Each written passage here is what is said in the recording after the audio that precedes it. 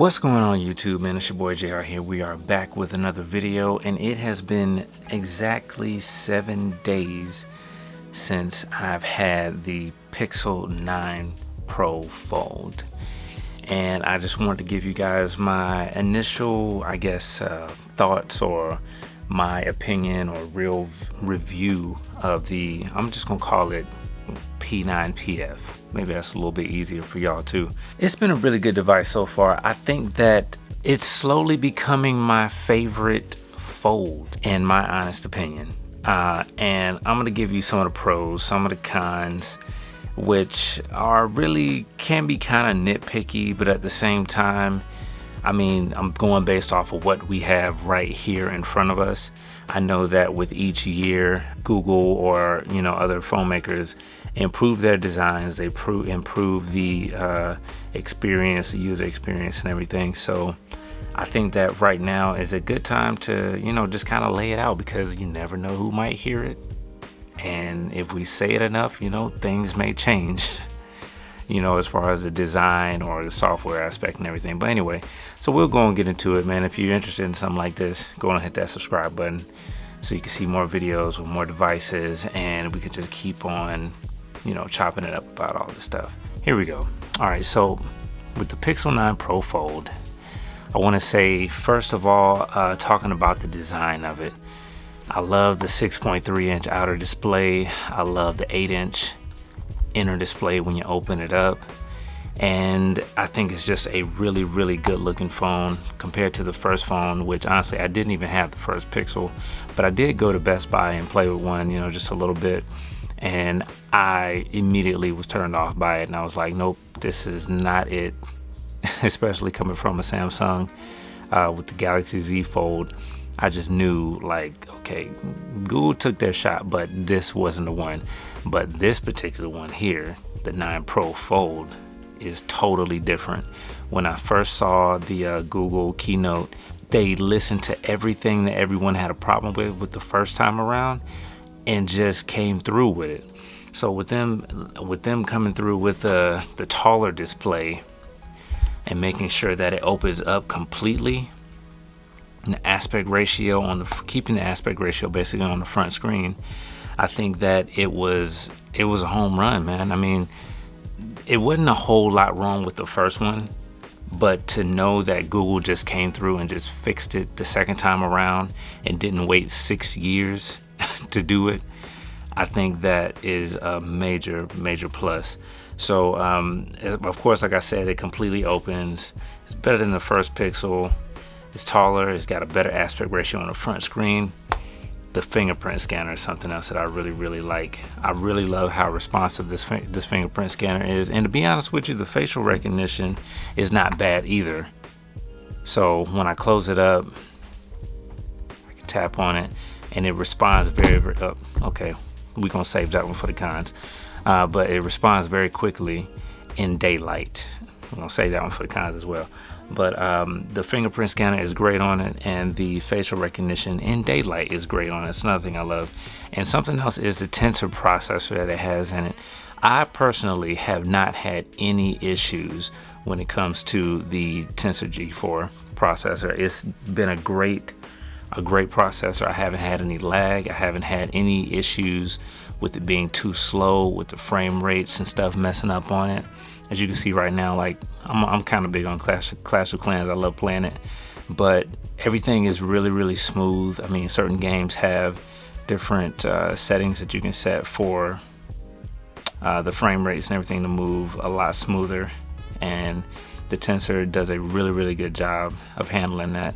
I think that people who complain about the processor being slow is really people who have been online, watched other videos, looked at Geekbench scores, and just because the specific number isn't higher at that point in time, then they want to bash the processor. And I mean, I get it, but it's kind of like players in a football game or a basketball game. Sometimes players have good days and bad days, but that still doesn't mean that they're not great, So it's like certain moments in time, specific moments in time, you know, the chip could have a lot going on in the background that we don't know. So no chip is going to perform 100% every single time. So I think that's something that we got to really be considerate of when we judging like the Tensor chips compared to like the Qualcomm Snapdragons and the Apple chips and everything like that. But for me, the Tensor processor and the speed is great. I have not had any problems out of it. So I'm gonna go ahead on and add it to the pros column because it's been a pro for me. And the next thing I want to talk about is the cameras. When it comes to the cameras on this phone, man, I think that they're good. I don't want to say that they're absolutely great, but I think that they are good. They take pretty good pictures. The video quality is pretty good on it as well. Let me see if I can pull up a video real quick. All right, for instance, this is a video right here. My daughter, she's at a volleyball game, and like I can zoom in on it. You know, we can get in real close.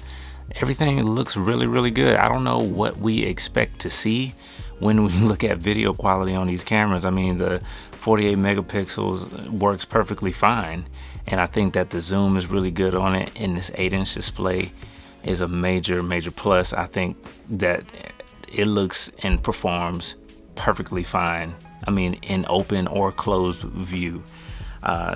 So we gotta stop bashing, man. I mean, just because I get it. It's an $1,800 phone. It should have the best cameras. Yes, it should. But this is what we got going right here. So the cameras are really, really good, and the pictures and videos are really good on the cameras as well. Now, let's get into some of the stuff that I don't like about this phone. First thing I'll say, and everybody talks about the same thing, but the price. $1,700 or $1,800 is a lot to pay for a phone, but nowadays that's just kind of the standard and how it is, especially when it comes to foldables. But I think even when you're comparing them to regular slab phones, it's not crazy bad because you're technically paying for two phones. I mean, this particular phone is a 6.3 inch, so it's the size of the Pixel 9. The Pixel 9, I mean, those types of candy bar slab phones run you still about $1,000 to $1,200. So why not, you know, just be happy that they didn't charge us over $2,000 right off the rip? Because technically you would be paying for two phones. Now, $1,800. For $1,800, I would expect to have more than this for an unboxing experience. You know, just, you know, giving me a cable, completely recycled, and you can definitely tell that this is very, very light paperweight type of boxing and packaging. I mean, I would really love to have more for $1,800, at least in the packaging. I get it, we're trying to be environmental friendly, but y'all got to give us something else, man. I mean, you got to give us something else. I mean, they ain't have any stickers, you know, even the little cool Google G and nothing like that. They didn't give us anything. All right, so, and like I mentioned before in the pros, where the cameras are good, like I said, for $1,800, it could really be a whole lot better because you're paying $1,800. Why not give us these superior cameras? But as we've seen from other phone makers who make foldables, like with the Samsung Galaxy Z Fold 6, they've always been giving us subpar cameras. And it's just how it is. It's just they just kind of set the tone, and everyone else is kind of following suit on that as well. So yes, it definitely should come with better cameras. Now, I think my biggest gripe with this phone, biggest gripe with this phone, is the fact that the power button is on top of the volume button. The volume buttons, I find myself every single time that I want to turn it up, or every time I want to turn the volume up, if I'm watching a video or something, I'm always going right up top here, and I'm always turning the screen off. Because typically, like, I got my 6 right here. We look at these side to side, and this is, I don't know, I guess this is for everybody though. You automatically reach for the top when you want to turn on or turn up your volume. So every time I do that, I'm turning the screen off. And then when I'm pressing on the right here where I'm thinking it's supposed to be the power button, it's the doggone volume, and I'm clicking that, and then nothing's happening. So I think if you have multiple Google phones, like if you have a Pixel 9, or if you just have a Pixel period, and then you have a foldable as well, you're automatically already used to the layout of the power and the volume button. But if you know what I mean, switching up phones and have multiple phones, and 100% of the other phones have the volume rocker up top and the power button on the bottom, because that's just what you're reaching for immediately, is the power button, so you can wake it up or whatever, and then you have your volume rocker that you're reaching for. So I think that's probably my biggest thing. But as the more you use it, the more you realize, you know, and your brain kind of has that extra little bullet point where, okay, I'm picking up a Pixel, so the power button's up top, volume's on the bottom.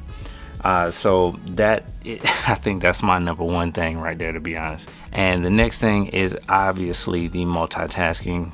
The reason you bought this kind of phone, or thinking about getting this kind of phone, is so you can take advantage of the full screen real estate. All right, let me pull up a little multitasking here. Let me make sure I got some, you know, some decent stuff going on here.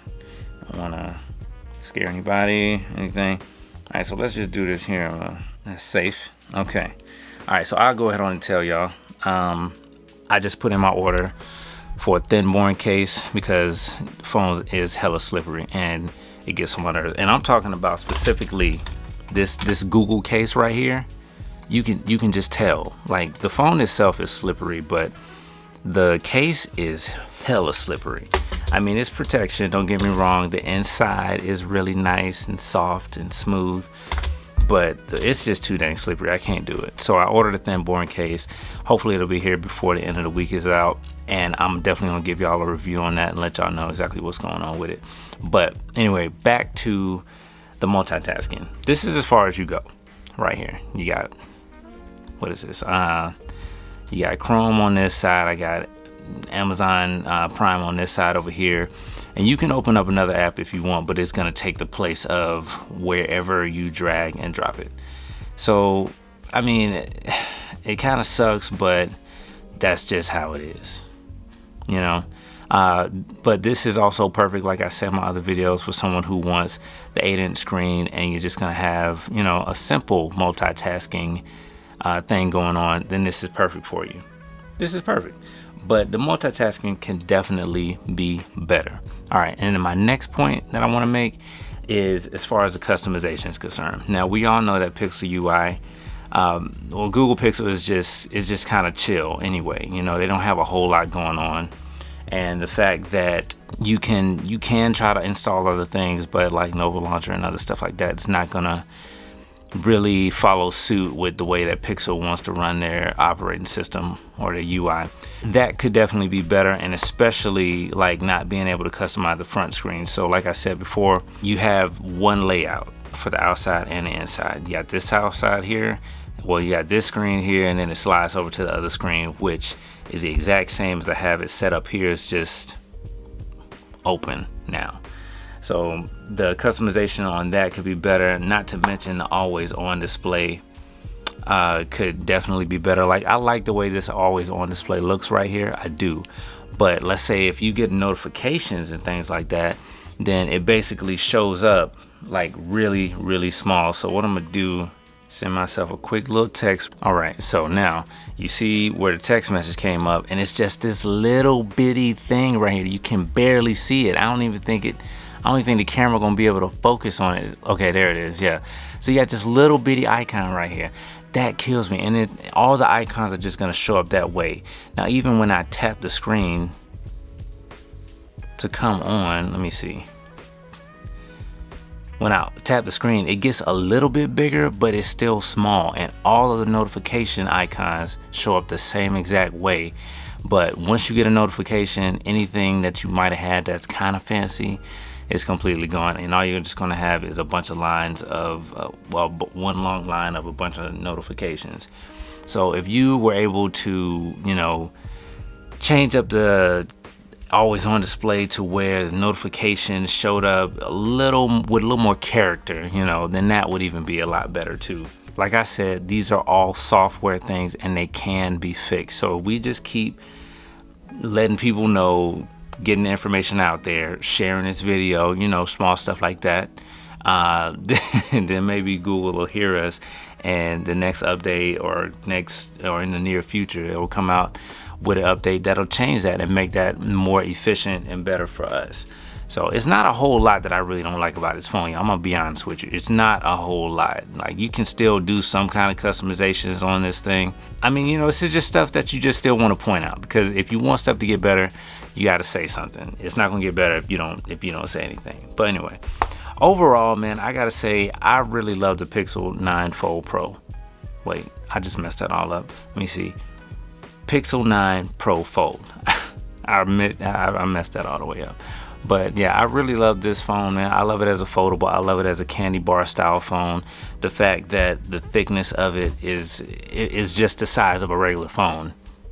That's crazy. And it's a foldable at the same time, and I can still do anything I want to do on the outside screen. I'm not forced to open it up.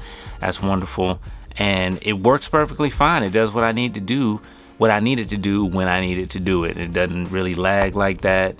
And I mean, yeah, the pricing is a little bit high, but I mean, it's a foldable device. It's still got a lot going on. Overall, I think if you're thinking about getting this kind of phone, I think you're gonna be more than happy, especially the fact you're gonna get you're gonna get at least 7 years of OS updates on it and support, so you don't have that to worry about either. So if you're thinking about getting this phone, I'm gonna leave a link in the description to where you can go and pick one up. They have it in obsidian and porcelain, 256 and 512. If you're interested in seeing other features and everything, I've done an entire unboxing and full setup on this phone, and I've got other videos. So if you like the video, hit that thumbs up button, drop a comment below. Let me know what you think. Don't forget to hit the subscribe button. I will holler at y'all on the next one. It's your boy JR. Y'all hold it down. Peace.